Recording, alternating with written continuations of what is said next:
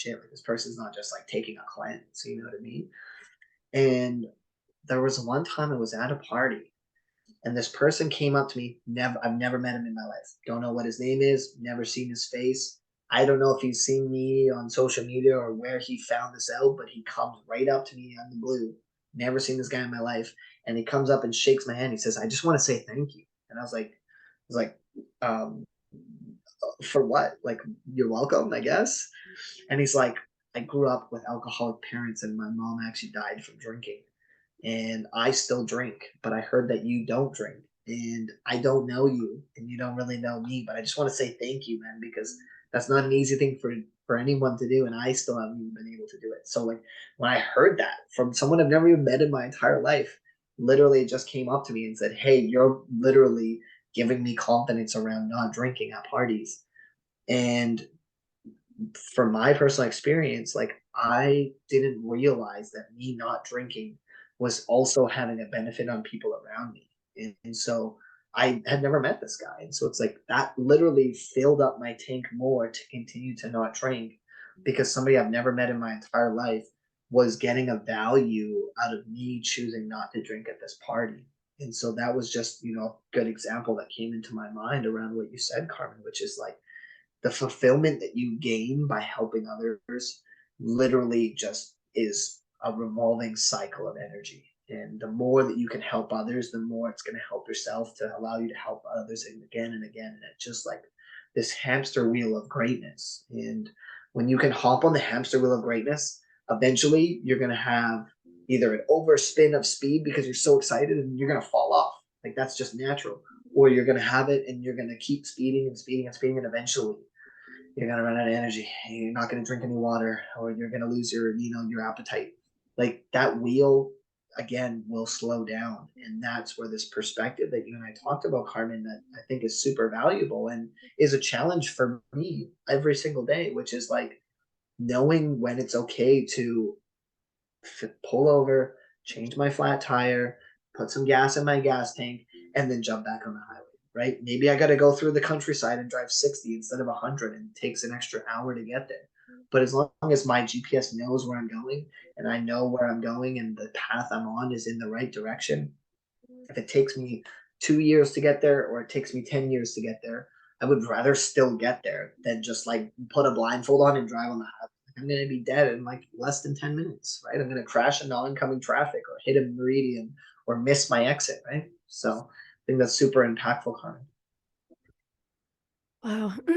I got major goosebumps when you were telling me that story about the guy that came up to you. That's incredible. Um Yeah. uh Yeah. Never and met the guy in my life. yeah, amazing. And I can only imagine, and I'm really glad that you brought up excuse me, that I'm glad you brought up the alcohol aspect of this, because it was in my mind and I had it written down, the word alcohol, because I was hoping that it would come up. And Yeah. I want, because I've known you, I've known you my whole life. I've seen Oh, you. really? I've seen you. Yeah. I've seen you, we partied together growing up through high school, Yep. and I've seen you grow into an adult, and I've seen what you're like when you're drinking, and I've seen what you're like when you're sober. And it's night and day.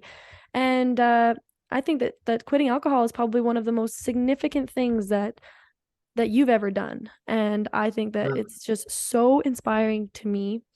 And it's going to be, like you said, how impactful it was on someone that you don't even know.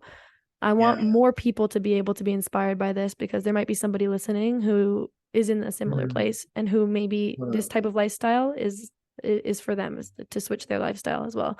So, totally. you've talked about it a bit, but I like, um, is there anything else that you can share around this? Like, what was it like before? Totally. What is it like now? And what did it take for you to get to this point? And what is the benefit? Like, what's the impact that it's had? For sure, Carmen. And again, I love your questions because again, they're good questions bring good answers, right? And your questions are very, very impactful for me. And I hope impactful for your listeners because if you asked me a year ago would I ever quit drinking, I'd tell you to take a hike. I'd say nope. I'm okay. I'm I don't have an issue. I don't have a problem. It's like, this is for me. This is who I used to be. And I never really took drinking as like something that was a bad thing or a good thing to quit drinking or whatever, right? Like, it's good and bad. And it was really weird how it happened.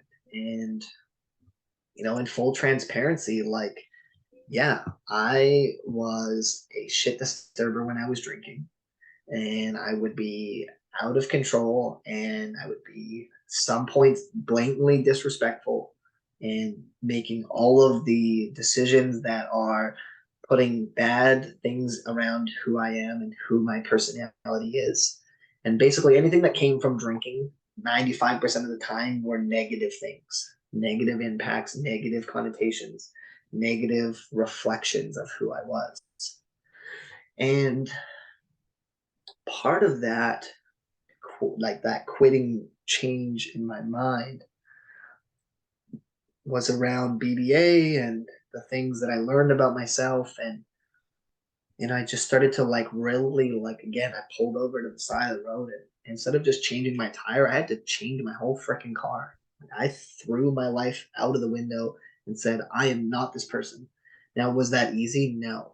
Was that something that everyone can do? No, it's not. To be completely honest, I'm going to just be straight up. This is not a thing that is very easy. Can I just Now, interrupt for again, one? Can I interrupt for one yeah, of moment? Sorry.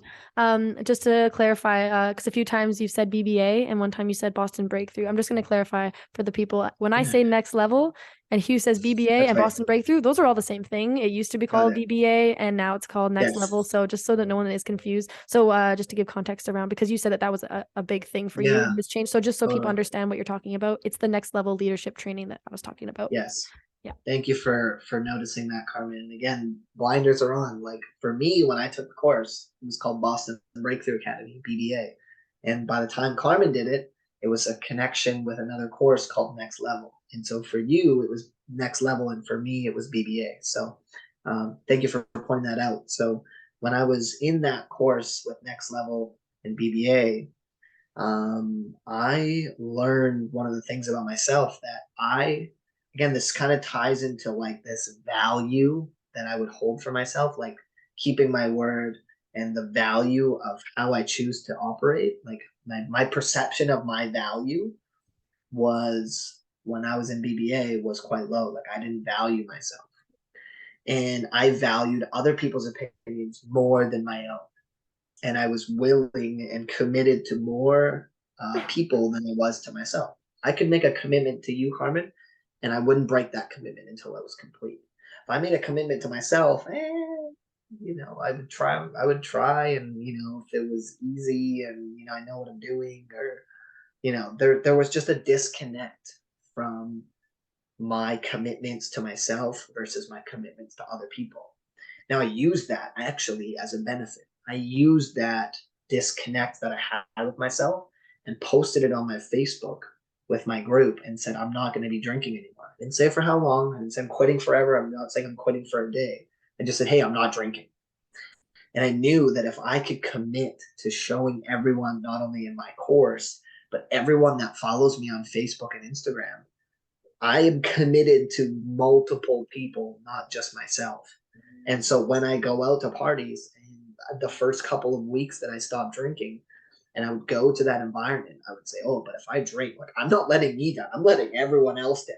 And I was not going to let that happen, right? Because I valued their opinions more than I valued my own opinions, right? And so that was a big thing that I leveraged. Again, this right and wrong thing. Like you could look at that perspective of like, hey, that's not a very good thing to like value other people's opinions more than your own opinions. Yeah, maybe. But I knew that that's who I was, and I used that to my benefit. I said, okay, I know this is true. I know this is a fact. I know that I can work on this and learn to respect myself. But I just know that this is true. This is what it is. And so I just used it to my benefit. I said, hey, I don't keep my own word to myself. So if I just say I'm going to quit drinking and don't tell anyone, then probably by next weekend I'm going to drink again. But if I commit to 40 people in my course and maybe 800 or 900 people on my Facebook and Instagram, then holy shit, like if they see me on someone's story drinking a bottle of champagne or something, then I'm not committed to them or to myself, right? And so again, that ties into like, is that mentality a good thing or a bad thing? I used it for good. I didn't respect my own word, but I respected my word to other people. So I just used it, right? And so again, that's where I just came in neutral and I said, okay, this is the way that I operate.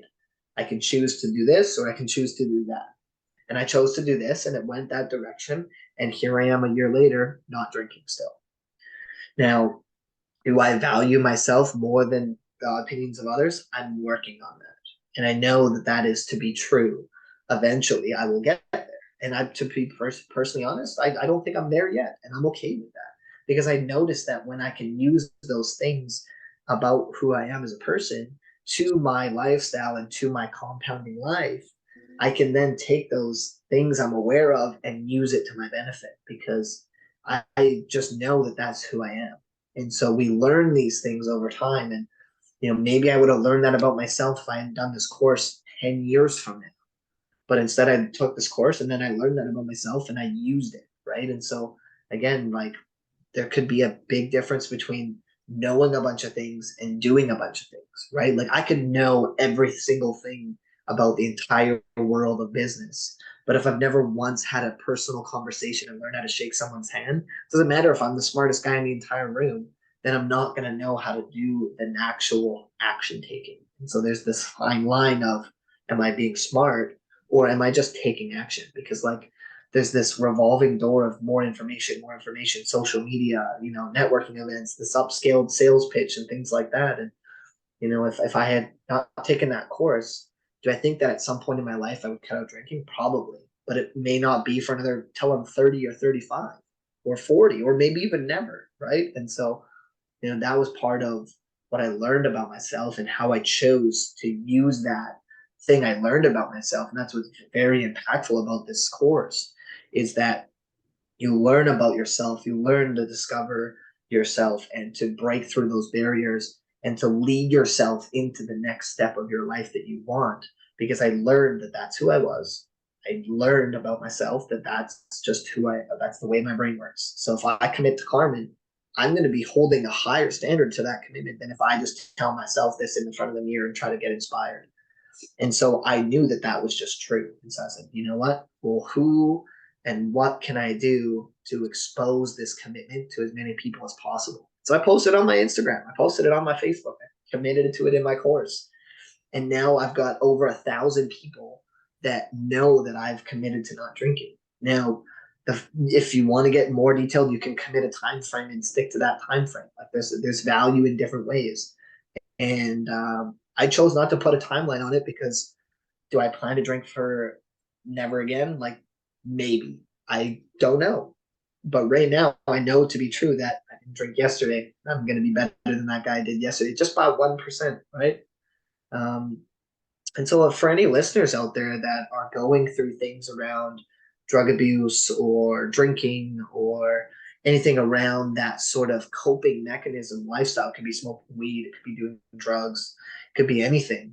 It could be working out. Like you could literally be working out and using that as a way to cope. But at least for me, I know that if I do that at the gym, I'm coming out as a better person, right? If I go to the bar to cope with something, I'm not coming home as a better person. I'm going to be laying in bed hungover for the next 2 days, right? And so, for anyone out there that is considering not drinking or wanting to take a break or learn what that takes, I think that there's going to be a different way to do it for everyone. Like, it's not an easy thing to do. I chose not to drink and I just chose not to go to parties. I chose not to go to bars for at least 2 or 3 months. I just didn't go out. I just started 75 hard and I didn't even know that I could stop drinking until I did 75 hard. And then even when I finished and I hadn't committed to not drinking, I started drinking again. That's okay, right? Like that's 75 days. I actually didn't drink during the challenge. And then I finished and completed. And then I started drinking again. Whereas now, like even when I'm done the challenge and part of it is required to not drink, I'm still going to choose not to drink. And for anyone out there that wants to learn about that is again the environment, right? Maybe you need, the environment of AA, or maybe you just need to talk to the source of where that problem maybe is coming from. Maybe it's because of your mom or your dad being an alcoholic. that's not an easy thing to do, and that's okay. Like that